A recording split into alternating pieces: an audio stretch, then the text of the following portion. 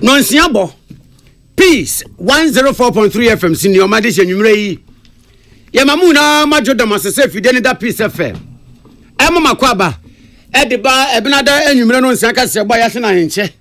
Na enye mpaboa na atade nti any size. Na ya kai mo se kase gbo yi. Se etufri Peace FM wa.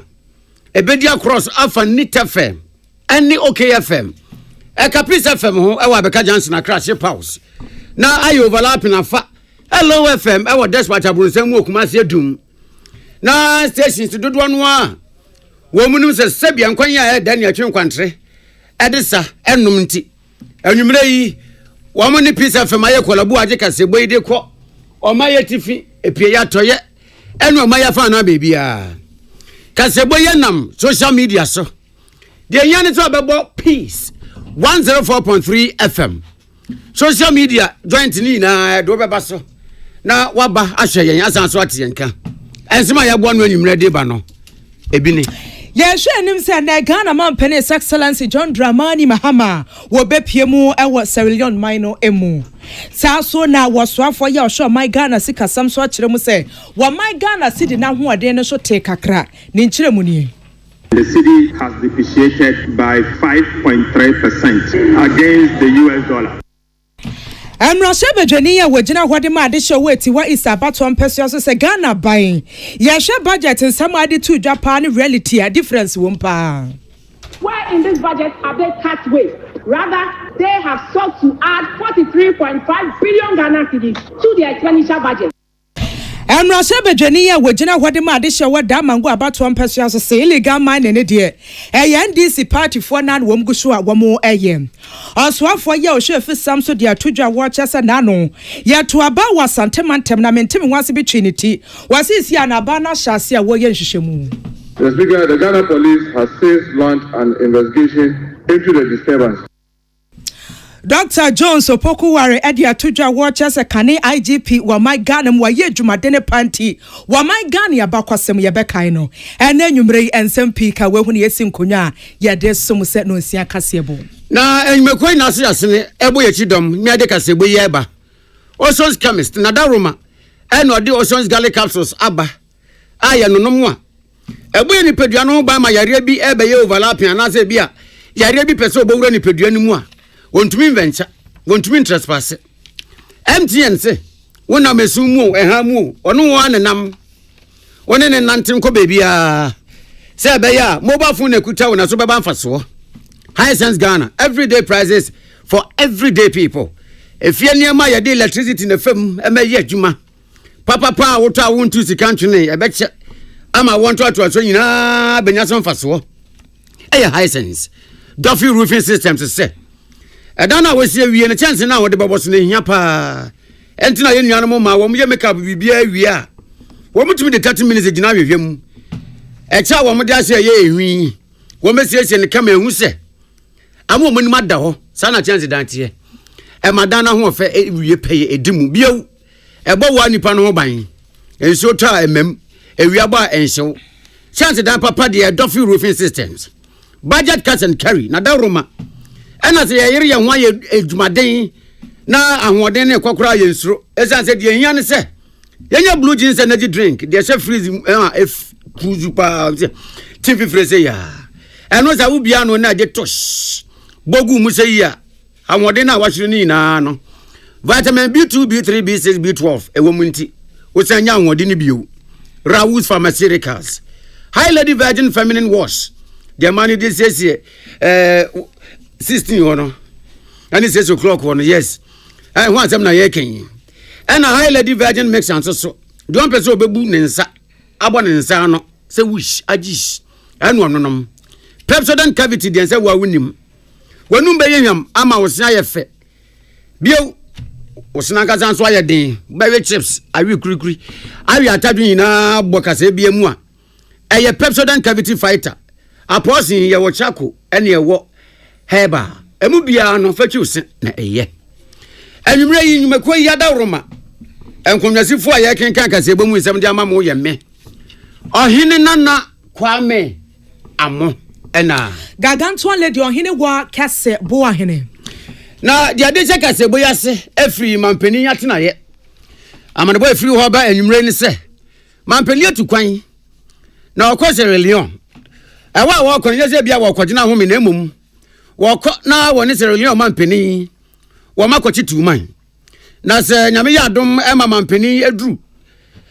religion man ni mu a airport wa ye Freetown International Airport e ho pe ena religion mampani Dr. Julius Mada Bio wone Ghana empanimfo nya nemusifo a wo mo ewo Sierra man ni mu ebeka bo ma ba be hia mampani na wo mo be hia no a wo maye na wa tu edna kofie akoma na kwa aba mampani ye pensio bi nom na wodi nso gu no ho dwodwo no ho kakra wone Sierra mampani ebe hia na nchechere ne se wo mebɔ nkomo e dia fa amanyi mienu anyankofa da ye ntem no kwan ya wo mbayire mu pampe na asotwan sa sante ate man kefufu no enu akire yi wo mebɔ nkomo no mesese adwen kwan ya amanyi befa so edidi di wo mo ho edwa na bie wo maboaboa ma wo musikasem etumpan konkan na ma yedie ni mpuntuo etumi aba yei ene nyema bi a mampani John Dramani Mahama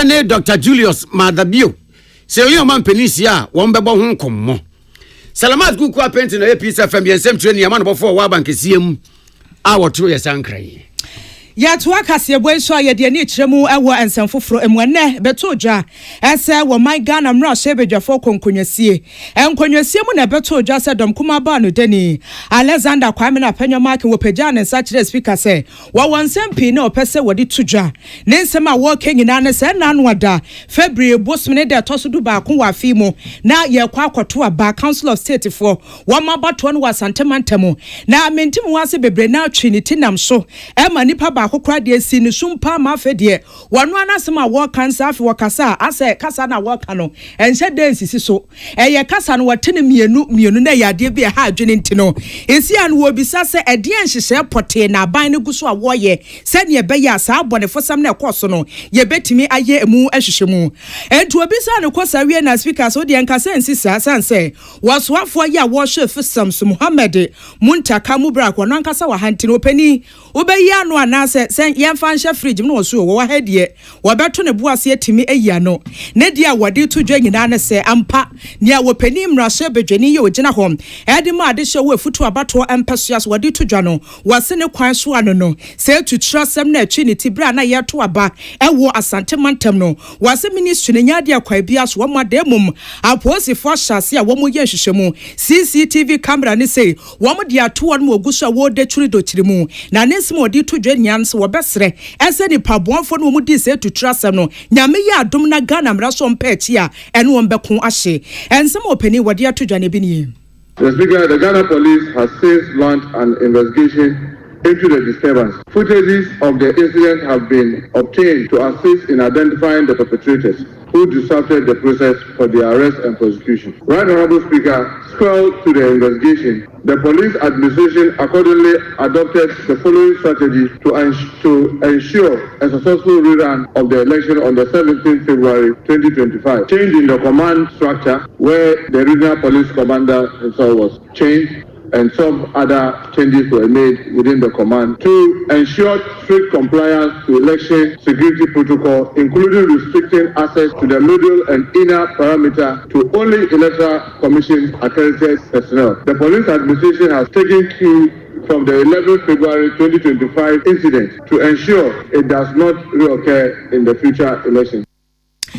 Ani ayekotie wanu ya oswafo ya wo hwe Fiscal so wa my Ghana mu Muhammad Muntaka Mubrak ne sam anono Emmanuel Kole na afes William Gento ne to wo boase a wo de sansem we bedan yen ya da ho wo mrase bedwafie o mai foto sanfo honorable Dr. Keze Lato Forsen wa ba mane se wo de fiti January afimu ebesi March bosumi ya enko na wieye wo ya Ghana sika sidi no na ho den ya ene sebi se de swate a wo de toto afia se 2024 sabra ya mu se de na sidi na ho de ne swate a wo betumi aka na gidiem no nukrom se afi de ne ye wo se sabra yi last year sabra yi na sidi na ho de no so ate no na enyenyenyenyenyenyenyenyenye French ni beka se ne pabon ne mo ne de ne bebre kire se enye Ghana sika sidi na ho de no ɛso te sɛ ehu ama afɔn ayɛ sɛ krama batan no nanso so afi fiti January besi saa bere yi oh afɔn ketewa bi akete bɔgɛ wɔsi deɛ wɔso ɔboa no de wɔntie yi wɔsi ɛsɛ 2024 afina se January yɛbɛduru March bosome mu no na sidi na ho ɔden so ate ɔhamu kyekyemu enum akyiri ponson 5.7% wɔn no atim sɛ ei na sɛ sidi na fon afon ayɛ atea ayɛ chingelenge ko nipa nke bɛka sɛ wɔyɛ slim sin so atea donku na wo de ba afi yi a fiti January ɛbɛsi saa bere sidi no so ɛte yɛ na ho ɔden so te yɛ no ɛyɛ ɔhamu kyekyemu num ɛkyerɛ miɛnsa 5.3%. wɔse utremu a wɔn mu ni mass no bɛhu sɛ last year by this time na sidi na ho ɔden no wo de toto afidie no ho a chain no 4 ankasa 1 2 3 4 ese bi won papa we nipa ena nko nya ka from oto na so wo nya mojeduro we na kire say aba na ebo no ho modene tutu sikasem yi. Right, Honorable Speaker, as of March 14, 2025, the Ghana cedi and dollar exchange rate was 15 cedis 53 pesos to a dollar, and the cedi has depreciated by 5.3% against the US dollar. Mr. Speaker, this compared to 5.7% over the same period in the year 2024, when the cedi dollar exchange rate was 12.6 to the dollar. Mr. Speaker, last year, the same period, the Ghana cedi has depreciated by 5.7 as against the same period 5.3 this year. This shows a reduction in the depreciation by 0.4%. Mr. Speaker, the cedi depreciation is driven by tight FX liquidity, increased demand from energy sector payments and commerce. And what you na Dr. Kiezela to force no work bio. I said Ghana for power mon fan san baby nsunka. Sa gold board program no aban dia ba no. Ebe bo pa ma sidi nya hoden. Eno da nchen a aban ya mambo si sey 24-hour economy no. Nkakrakra na se abanya sha se ekim. Ani ahode asidi ni benya no echen se wakọ beni. Akodi ahodi nura na so wakọjem akọpeja beja na de. Sidi ni benya ahode a ma se dollar ne pounds ne. Esa ni euro no nim na majeju oma no a. Apaka to de bebo wo mama technical knockout o meda from say team say wooling carpet no. Wo mani so betin wo mo.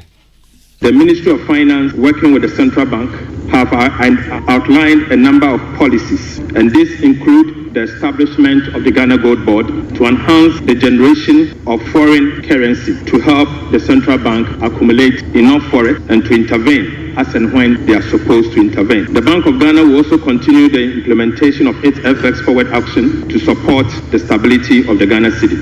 The government is also front-loading its fiscal consolidation through expenditure reduction, and we believe that will also help in the support of the Ghana cedi. Mr. Speaker, aside, we are also planning, as part of the 24-hour economy, to introduce a number of measures which will be announced to Parliament in the coming days, and we believe that will help as a result of our import substitution policy to also support the Ghana cedis.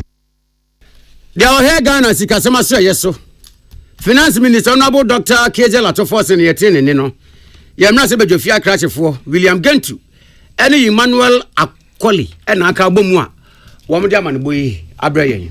Kani oswafo abedi ekire ya na wo show my Ghana sikasem so wasanso MPP mra she bedwani ya wogina hwade ma de hia wo weti wa Easter bato empesua so abena osasare no wo kasa na wo kire se na anu ya oswafo ya wo show my Ghana sikasem so Dr. Kesela to ba forsen wadne ni chemu my Ghana mra she bedwafie na afeso budget wadi tudwa no waso wato ne bo asitie mu nsempa na wopese wo hunu se budget no se wo ba fom wa ya na reality ne etesen senya wo kire mudi akire Ghana fo no bonsa ho anase bia ne tirimu po ene wode to Ghana fo ni mu na wase asemba kwa wote ya besi na wodi ya pa wase egu na asintobro se wote se wosoafo ne kasa ai ena kire se bra na MPP teso wo my Ghana sikasem na da fom so obi ane nkoya ka ne ho wo hwe Ghana cedi pa na wo hia dollar ya wa do euro no na no aye euro be wotim se enkoye ba ko se ene wase nka minister no wo kasa no wa kire mu se sa brand ni say yade busuefo ya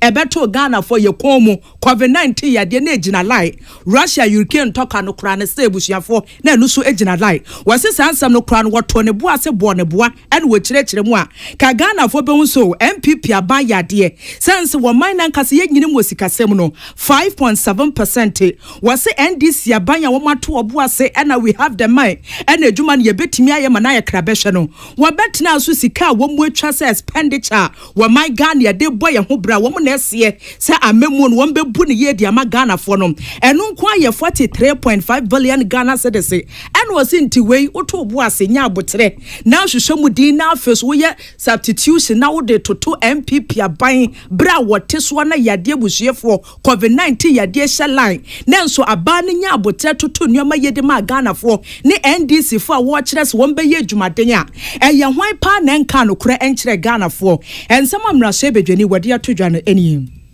They presented to the people of Ghana that this government is a government that is going to rationalize expenditure and cut waste. But Mr. Speaker, they should tell us where in this budget have they rationalized expenditure? Where in this budget have they cut waste? Rather, they have sought to add 43.5 billion Ghana cedis to the expenditure budget. This is not Abna saying it. This is your budget speaking to that. They are hoping that at the end of appropriation, we will give them the permission to spend 290 billion Ghana cedis. When, Mr. Speaker, this year is not an election year, so there are certain expenditures that they are not going to incur.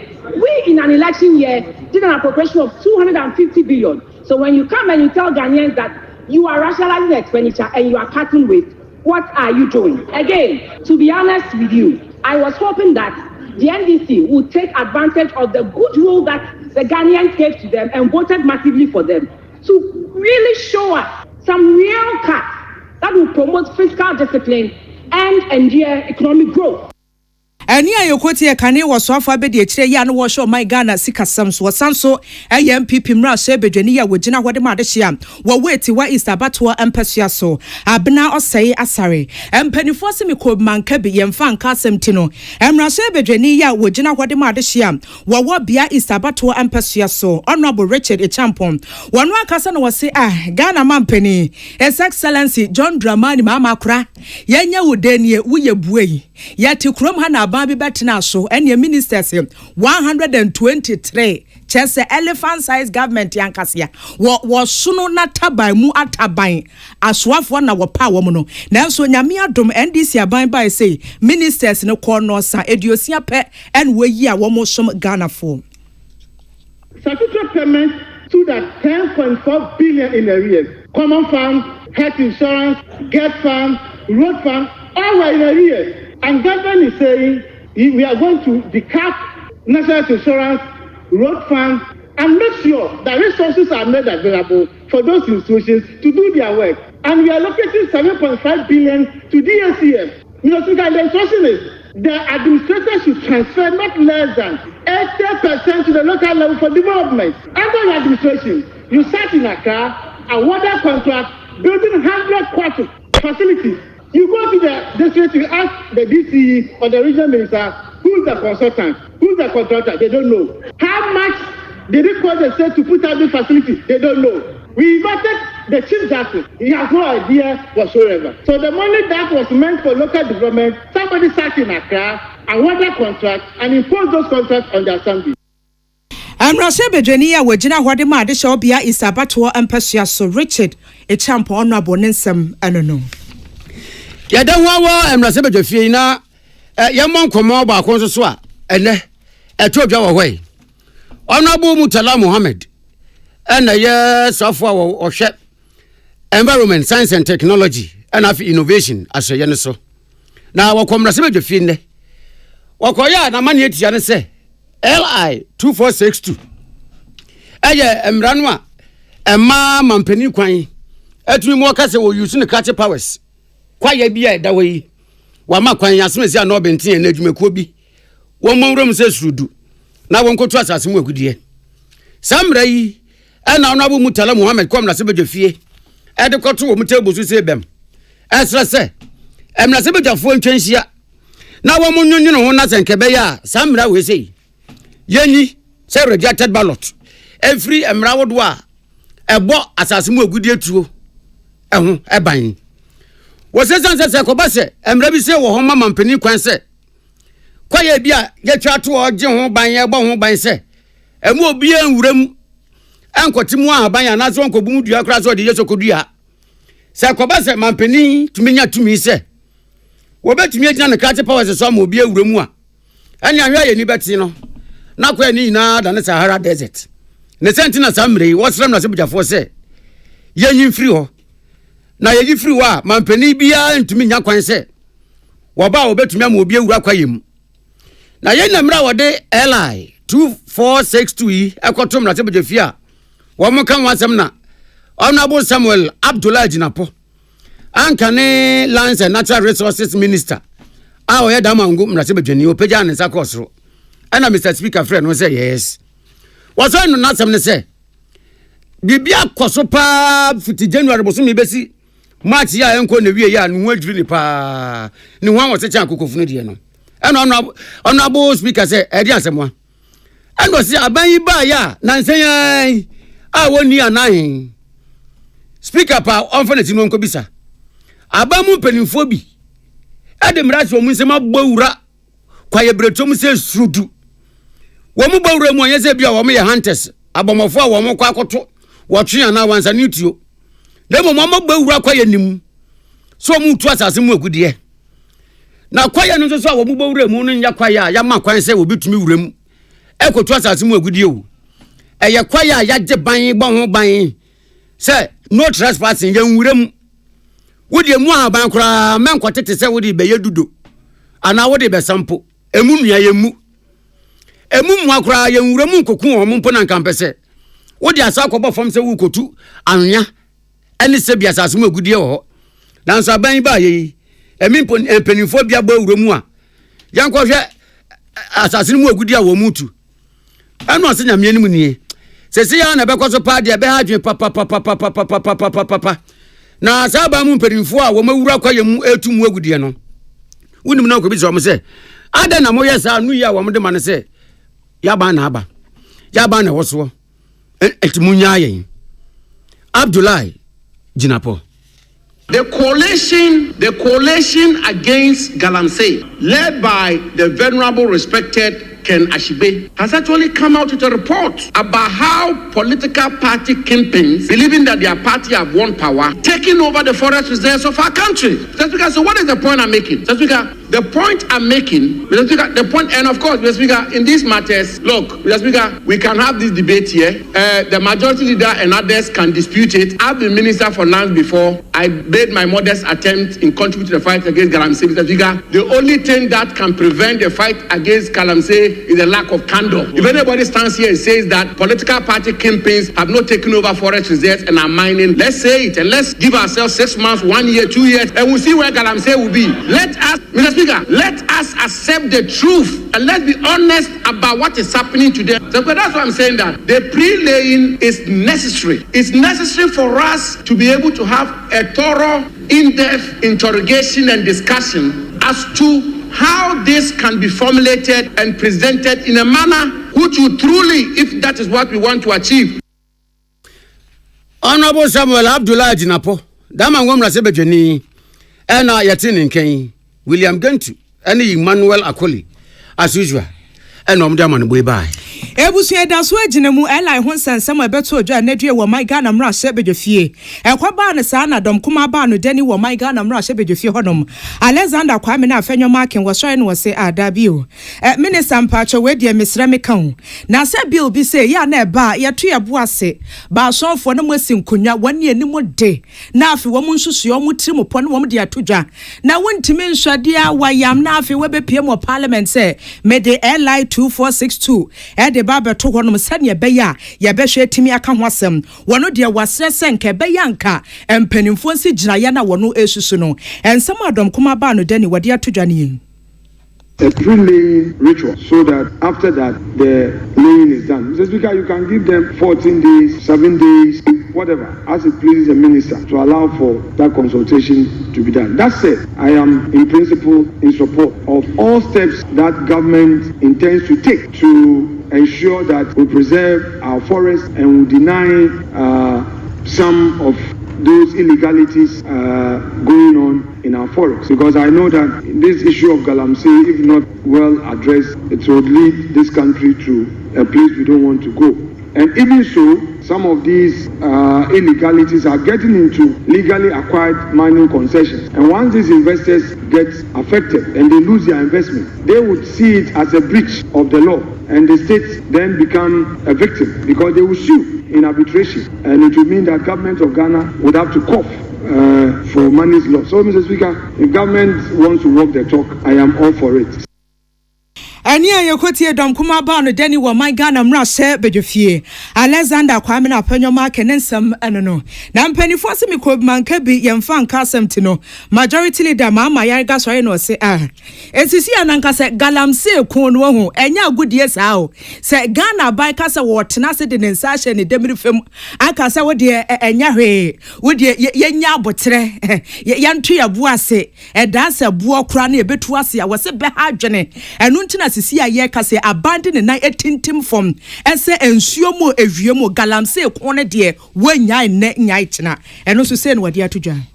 This is a matter that should be done. We don't think that any stakeholder engagements will change anything. It is a commitment that this government made to Ghanaians, this president made to Ghanaians, that this power granted to presidents to allow mining in forest reserves, I don't want it. It should be taken away. And he has instructed his minister to come and lay the instrument that takes away the power. So, Speaker, there is nothing to discuss about this. A power granted, somebody says, I don't want to exercise the power. Take it away so that I'm not tempted to exercise it. Why do you want to tempt him? Why do you want to keep the law in place? Even by one day, why do you want to keep the law in place? So, Speaker, we are already here, and we are clearly not breaching any provision of the Constitution.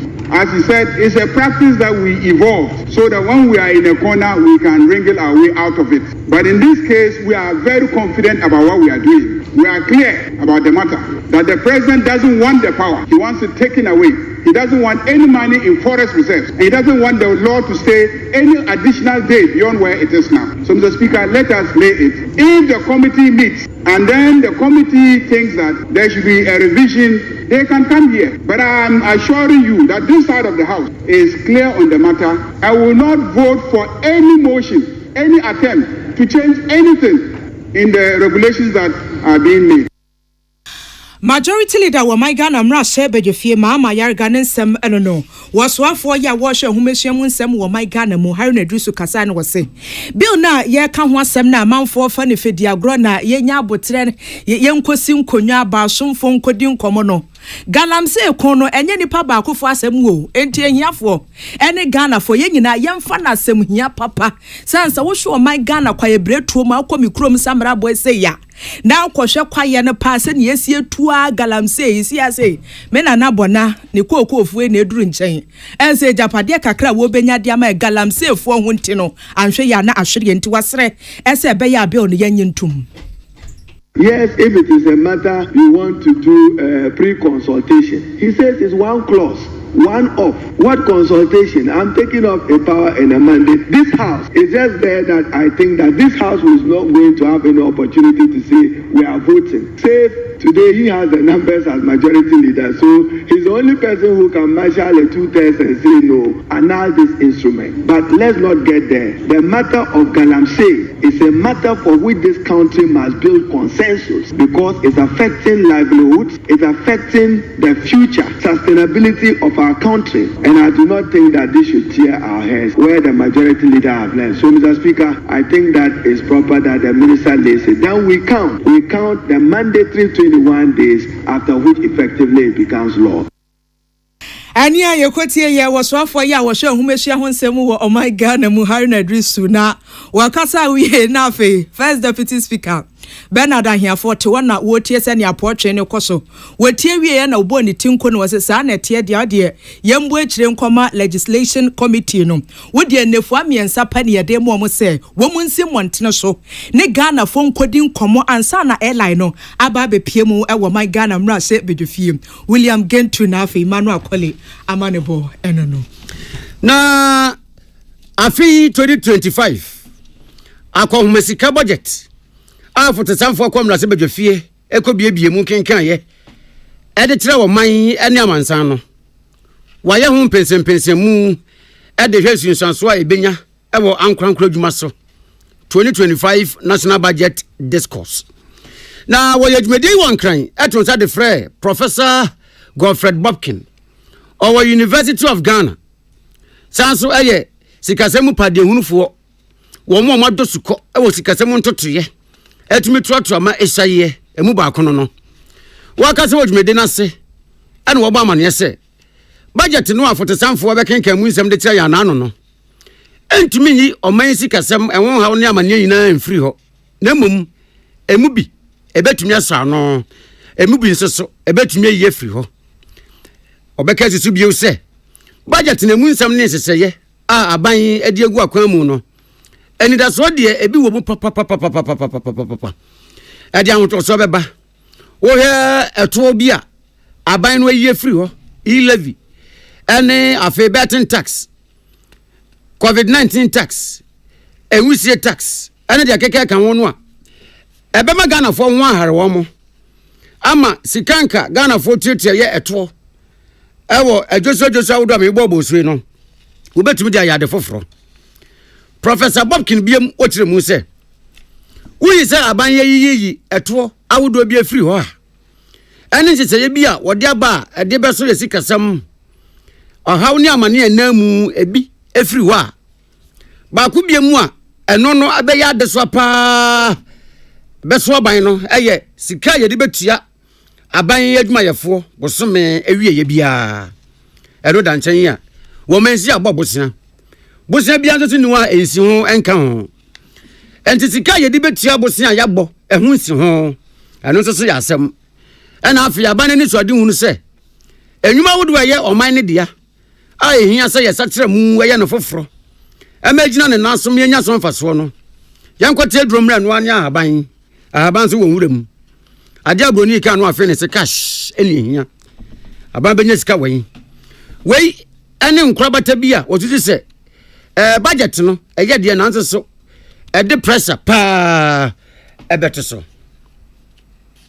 It's a usual budget now. You can say people focus to some extent, but 1 year budget no ain't even correcting your money now. So usual budget is positioned to correct some imbalances at the same time trying to offer hope in terms of what reliefs the budget can give Ghanaians. Until the bus be a tax area now, the budget tries to meet Ghanaians halfway. Say e-levy will go, COVID-19 now all this will offer some relief to Ghanaians, but it's not the first time. And as a share maybe a expenditure side now, what you say the constraint is still there. Share compensation of employee, the editorial salaries, interest payment, and other expenditure to correct the inefficiencies in the state-owned enterprises. Now you're tuning in Professor Godfred Bobkin, our University of Ghana, sounds a financial expert. Wakasa wiye and our Chief Executive Officer, Edma Ghana National Chamber of Commerce and Industry, Ora Mark Bedu Abwaje. Wakasa na wachire mu, wama wamudi dwa wamaimu, enyema eni edwa wamudi no ediesie. Ema edwa na wamudi no, enkwaso toten, mwamunye chire faswa esene fata. Enyema wudo bia ema edwa na wamudi no, wamuni dwa enfili. Wabobo sa anyema no so. Budget na nkasa nso na risk wom eni bi ho no ma bandi ahyemu a sebi wan hwe ni yi na wan fa na nsi form a na wo ye business a wetimi asay wo business say eye ne deficit ono e de aba about 39 billion Ghana cedis no obe finance locally asay chese aban e be bobesia no e wo man yi mu nti aban bobesia sika nkese say ba private sector for na nke ye de ba ye dwuma mu no na aban akɔgye e fe bi crowding now nti aban gi sika na say ko private sector ho no eno e risk a yensu ye hu ni say wo ye business a na wo so se bibi sa no ebeba wo yes na ban so ebo bisia na obo a na ma interest rate no so e kosoro eno so wan hwe ni a na akọ affect wo cost of borrowing ni ade nti ye bie mu ni a ye ne simple se wo ye business ni a obehu se bi a advantage bi wo ha nti menko na menso nkwaji bi Rama Agbedu Abwaje aya Chief Executive Officer at Ghana National Chamber of Commerce and Industry na ne kwakwa mu no Chief Executive Officer at Madelex Finance Ora Joe Jackson enso kasa no se wonya abotrani adaji tie 2025 budget no wo hunu se aban abobɔ nyema ba ko mienu bi so a ogidi yese aban ye de ose be yoyo na aban meleni edi ekire edi aye adwuma de a ene ebeboa wo mu a wo mu didwa na wo madwuma konkan etumpon dia wosra bayan ne se aban fa wose yoyo na ebobi aban na hye titru dia wose edwadifo no obedi so na aboama edwa wo mu di na konkan na aboama o ma no so akonanim. You are reaching pa, you are reaching. Mo me the budget neze. Mo chanye de dam na mepede me ye. Me able to ma chanye de ma okedo obeyen. Obobo hen na. If you are ni akwa kwhwe de. Ma okedo obeyen otumi ye ya na. So otumi ye iza. No ye de nyame ase. Na budget easy. I reaching mum Sunday. Most obeyen obobo hen. As a member of the Ghana National Chamber of Commerce and Industry, Delex Finance, you were reaching there. Ma okedo ben oboboyen. Na mum mo hianye there. Na boshe na ozama Ghana fon obezido. Na mo akedo ben obeye. Ni ayatini ni eye Owura Joe Jackson. Oye Chief Executive Officer de Delex Finance. Peace FM yensem tuni yaman before George say. And a call 2025 National Budget Discourse. Jumede yasia. Ode dia course we ebreye. Now, Penny Watcher, dear, were Department of Sociology and Social Work. I walk Kwame Nkrumah upon Kesiam was Santamantemo.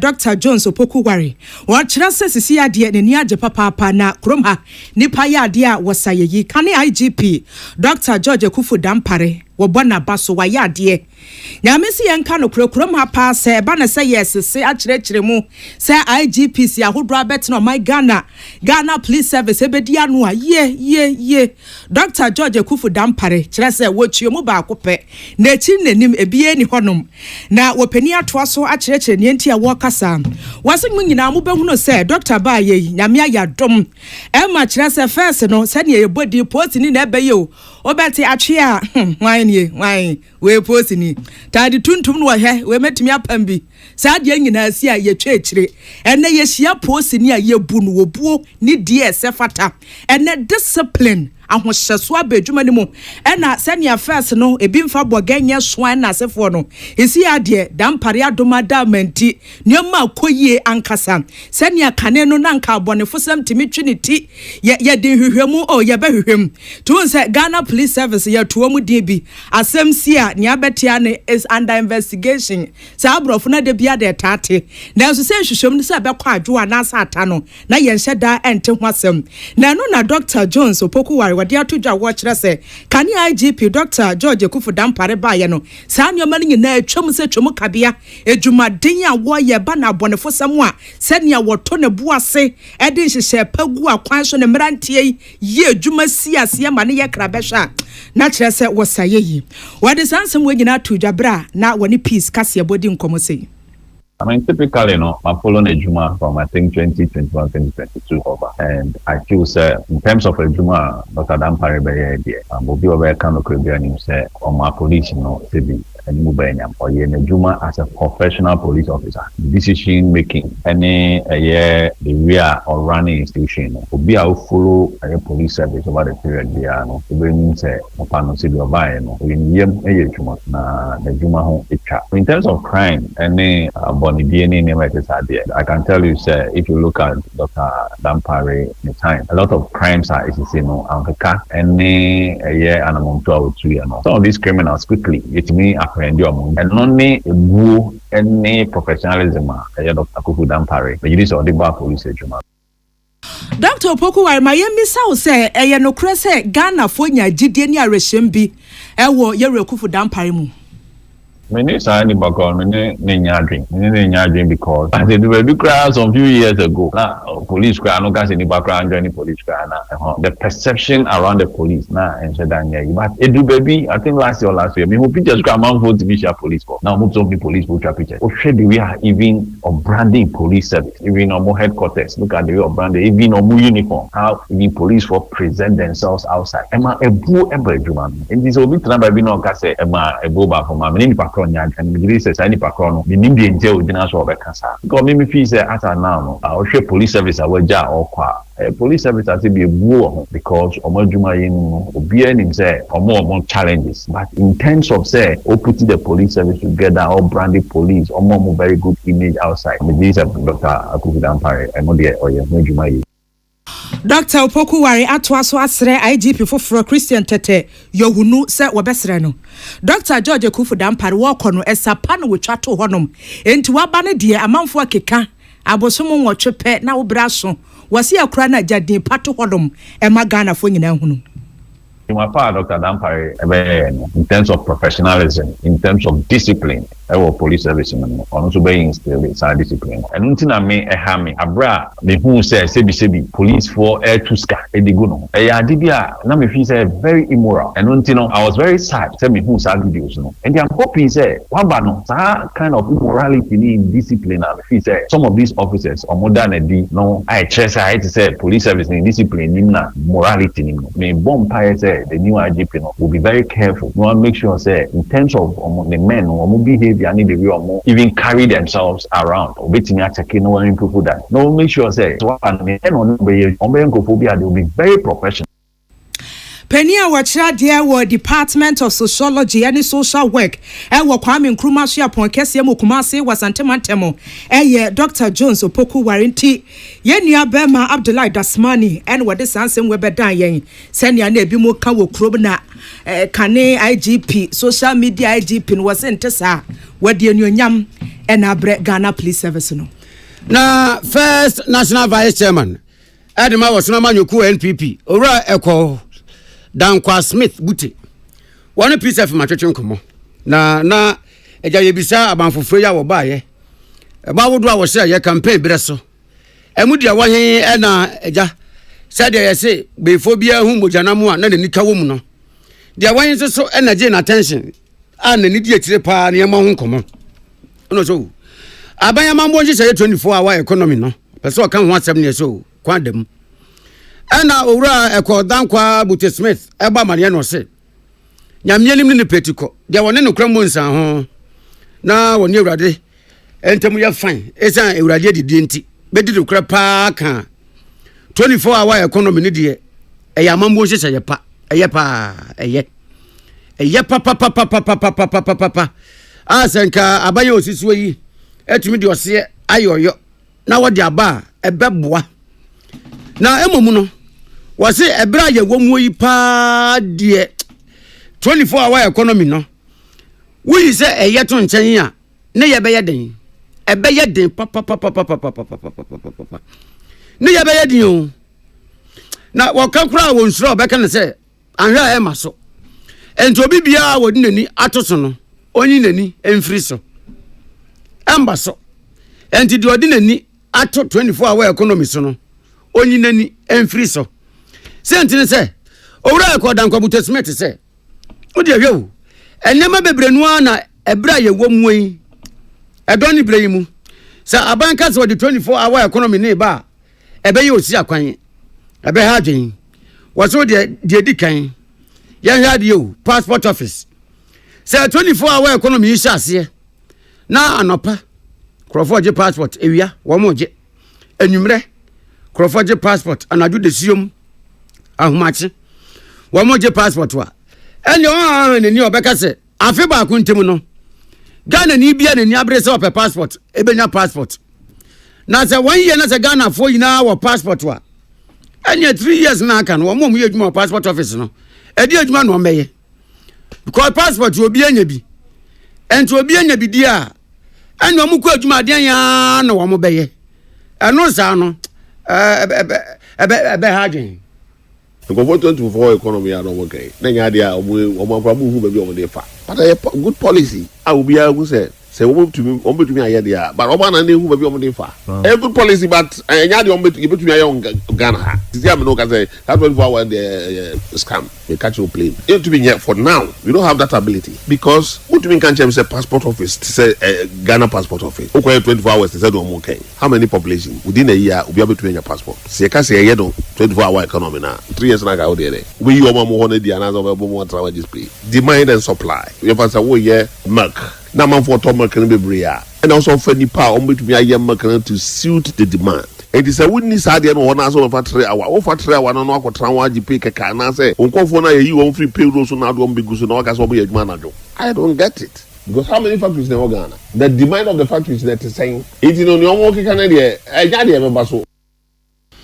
And what say na eja yene nkomo twetwe mu ye bisa ne se je wakoya first national vice chairman idi ye misa wa ma nuko na edi aban afia ba ye kwoto ye no amudi ntwopoto na anyabia wa ye first national vice chairman idi wutu oni se satellite de he nkugo na amudi ye nmu a ede ben pa na ekwote bayira homa mu saa no ema nkugo amuni bi da e wa Ghana ba kwese mu modie yi ano so the man kugo ni ba ye de doso but the person who can pay no yana sem hia a o gidi se e kan ho bi pa e man pani dada na na do danko akufuado wase man pani dada na na do danko akufuado e kan ho bi pa na MPPD enkuguo no ene bi se so na se man pani na na do danko akufuado enya se bia wo won kwan se ono nko a oto aba 1000 e na okoto ba akopɛ e na de aka no manya nsoso ana wo fa megaphone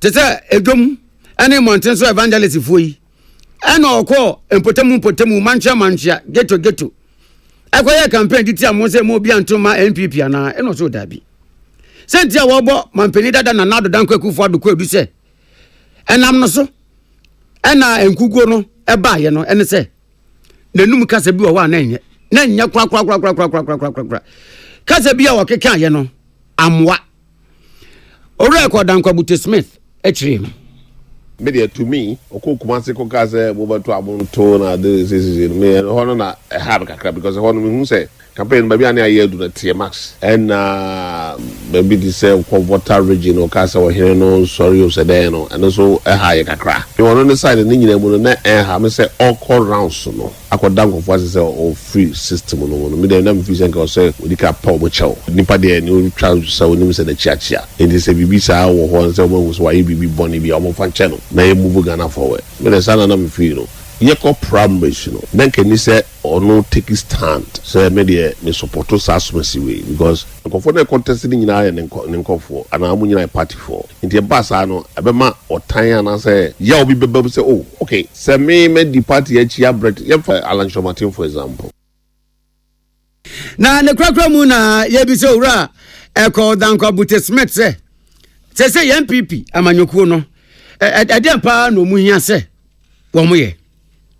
If you say here reform, the whole party should be reformed from head to toe. Maybe a man for so President Kahua may Jitum Gakaso say earlier Prime Minister and President Konos or Jitum near Koya. Can you take comma and this is for your DMB and I can buy the August. Yet February in the baby.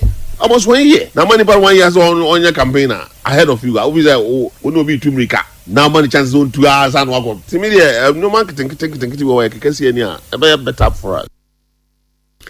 Ya tene nke ye first national vice chairman de ma NPP owura eko danko Butte Smith ene ya tene nke na odum Prince Linford wonkwa FM atenfo su ene bopini no ene ne bonkomo yi Oswafo ya wo hwe Fiscal so wo my Ghana mu eye muntaka mu brak na wakasa kire se watensem bi ensem no so kra de krom ase wotensem na wanhwe nyia no a wo bi afa na esinesiri na afa akwa kire mu senia wo hwehwe no no kra pa se march bosom ne de to so du ba ko wa fi mu National Intelligence Bureau Ford we ni kire mu wo mrashe bedwani ya wo gina hwade ma de hia wo akwetia NS ya kumise wo modoa no na enya se bia NIB fo na no wo sode na sabe wo nko ya ka no hunti na wo hwehwe se penin wo kwa akwachi na mmom Koforidua High Court no ene wode na temu atudwa se wo penin de court na nim etwitwire fom na krom ha so de court de wo kasa na wakasa ntino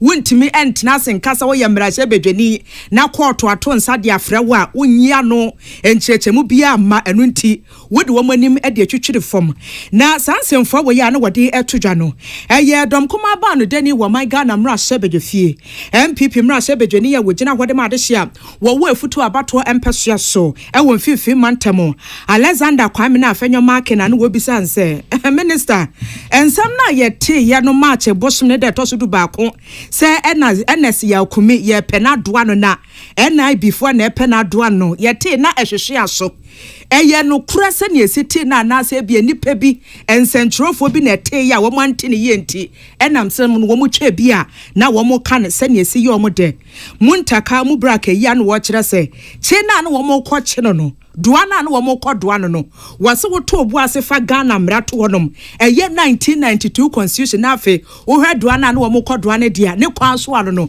bibie no honom etwachea ensem se no wo de atodwa. Crime will be treated as crime. And once a court issues a bench warrant for an individual for a crime committed, it is for the state to ensure that that person is arrested. And Mr. Speaker, this was done in line with our laws. He committed a crime. The court said he has committed crime of contempt. And the court issued a warrant for his arrest. And the state apparatus just have to implement the court decision. And Mr. Speaker, as to who physically took the warrant to the National Security Coordinator or to the police, remember, you are an officer of the court, and you know better than I do that in the court building where you are, you have police, you have all the other operatives. Once the court issue a warrant for an individual for committing a crime, I just earlier said it, crime is a crime. It does not know a member of parliament or no member of parliament. He committed a crime, the court says he should be arrested, and we have to respect the arrest.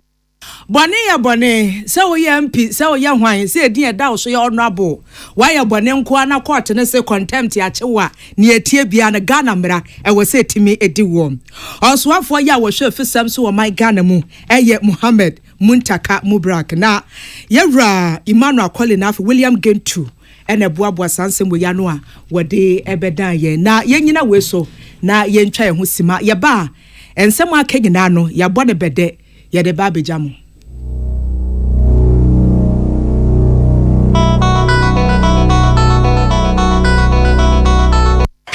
FM. Happy delightful June. Wachulala, swachulala, chichi soso. Afrana pa. Epe pashu breakfast and was in woman. Joe happy delightful juice against with toast, cereal, and even them cool. What a way. And you mean a bread and fifi. The most fridge man. Happy delightful juice. One of what? And you be here. Happy medical relaxing way. So I know when you're. Let's say what a tremor. Happy delightful juice. Off and a berry, I bring you all day long. One fruit juice. I'm happy delighted. One different flavor. Different size. You number 1 liter. Number from NG 150 and 250 ml. A baby healthy life shops on your supermarket. Happy delightful juice, loaded with taste. So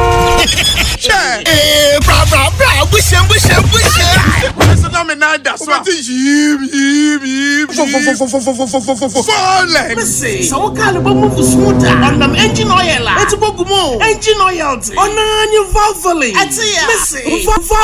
Valvoline lubricant. And I'm used to Valvoline. Chai, Chese. Who use Valvoline lubricant? No emission. Valvoline oil. On my car, machinery, and equipment to move smooth. No friction. No, you figure engine when say who there. No wear and tear. Valvoline oil, battalion.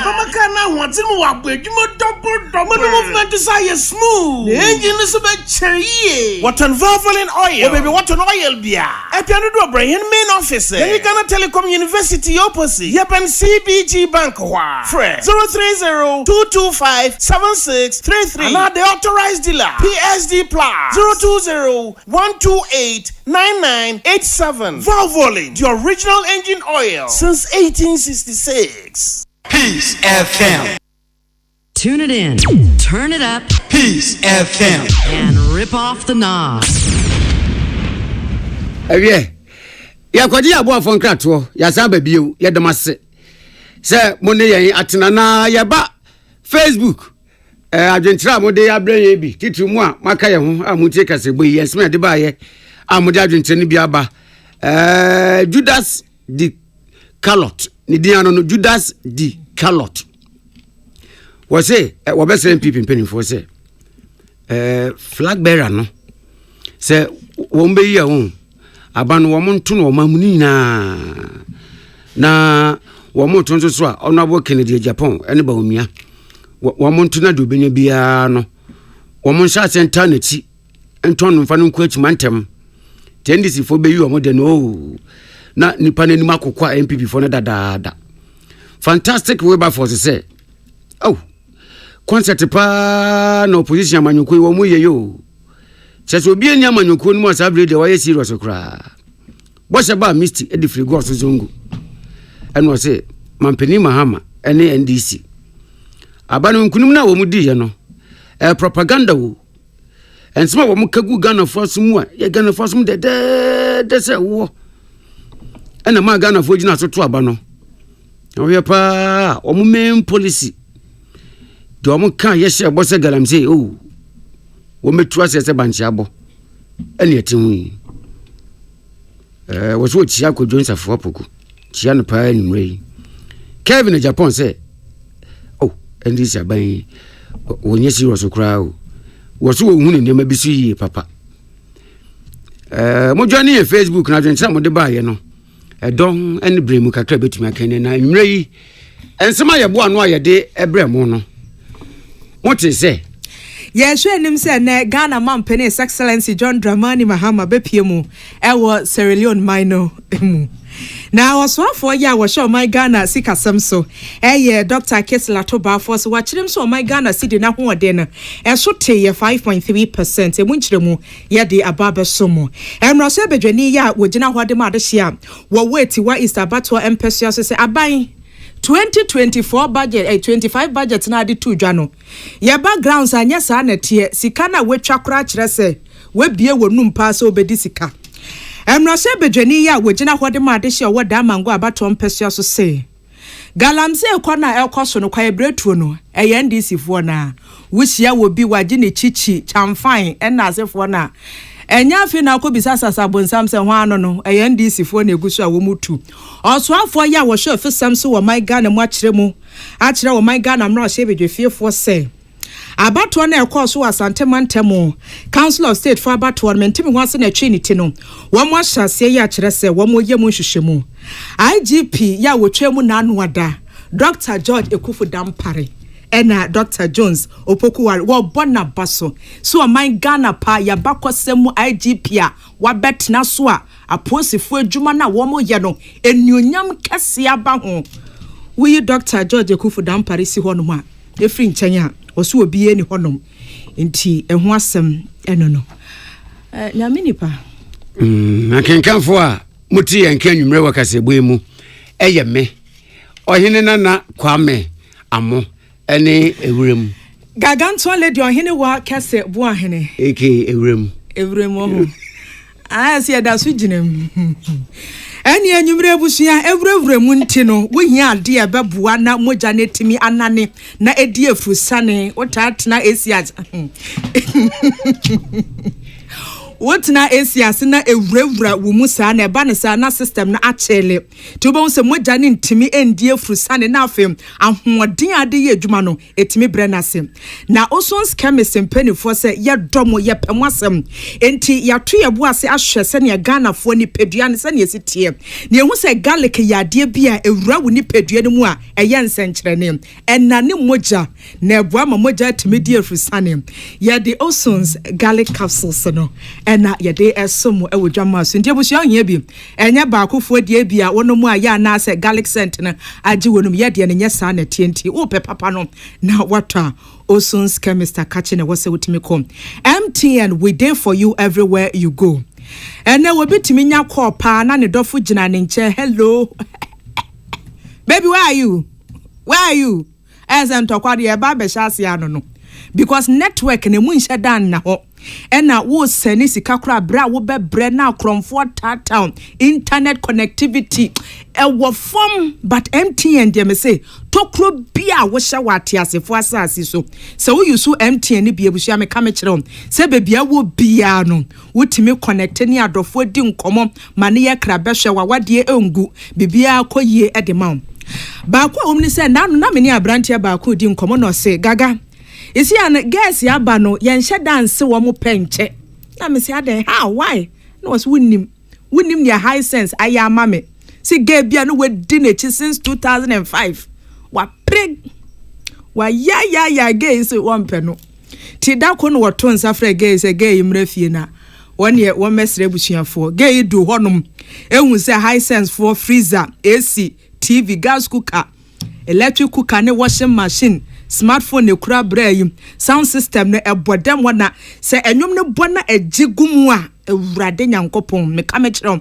afige ne se eye wono ana wotwe bra ne musi ade wono kura obeka che ne busuafo se awade ho nneoma na ebusia ne beje wo monte so cause bema wo use high sense woni fie ne ni ate ne ni ebue wo ye bema won peso wono oba no wo bre nti bema sa no nya afi na bema na ye light ten aka ne wiase mu nsem nyina ti wase gaga high sense amama wade a ena make say wodi ho dance wa sore dem a asofo nyina obi abo ne nsam hia high sense mo na mote so na wase nienti a wo use high sense wote ho asem wo PCFM na wo use bi wotimu se high sense dem fu a wato appliance ya to na so high sense no woto a wotimi se entwi energy ne bebre wotimi to energy light 200 cedis timi use no 3 months and am say high sense product and we use so e woni fie and we so ye sha obo se eseye ho toche ma fabra ye gi ye ho dinti ye to ma wa ne ye de 5 years warranty ye de ato so when your friend say ewu jamba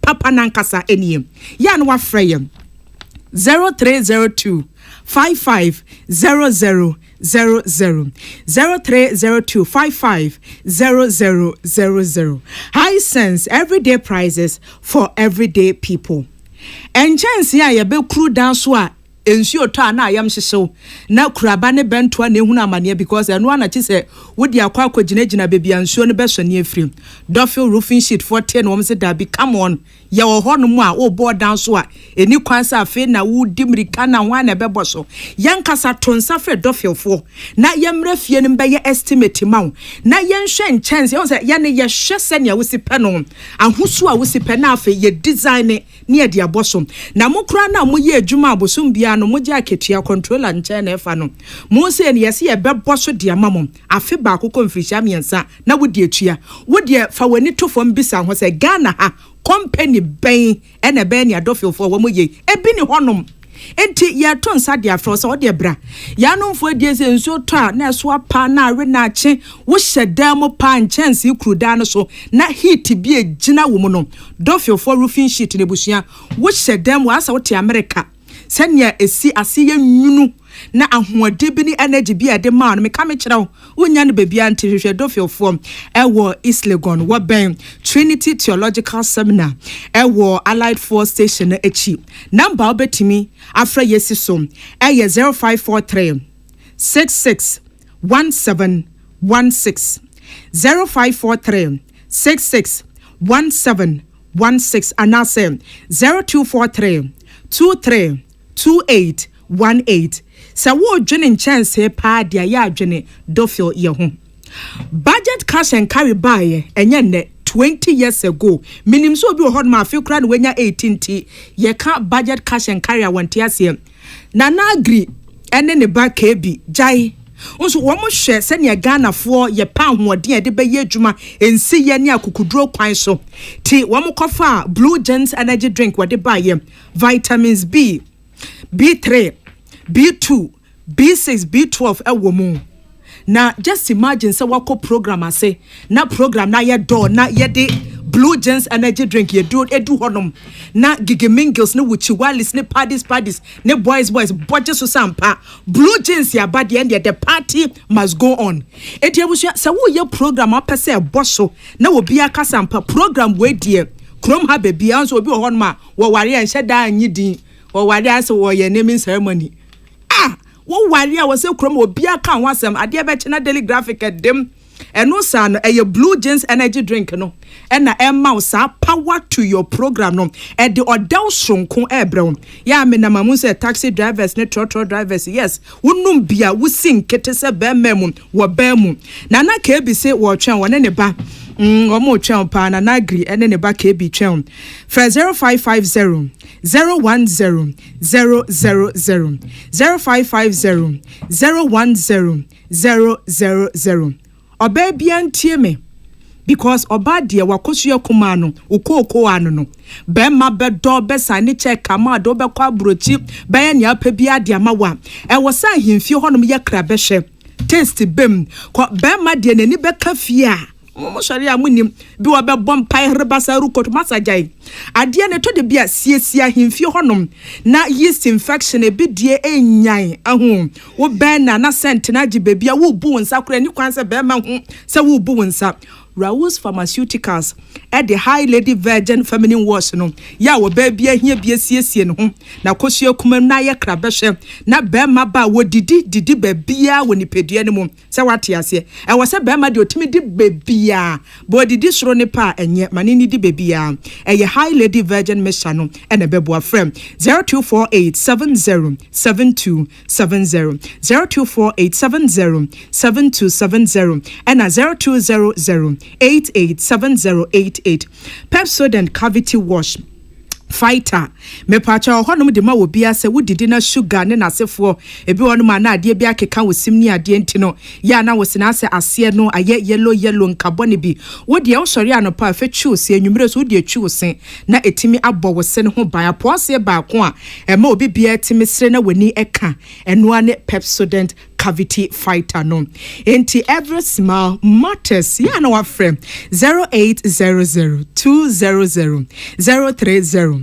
0800200030 ti ahase na yedin nyinasi yadam nyinase na mi senior man ba kope Kojo Hansen nie bema 10 gramo ahofe bema wonsin so mansa waham bema wanam ho ne ti kofese wo bienim bema wonya abotre hyehye nwom no bema kire se Trump krati ne kroma wotie ne nwoma no wo boni tinko Kojo Hansen nie bema kunkun wa se Lufthansa ase plane enya engine fort wo wiem wo humonwom a e dan kasa entia busia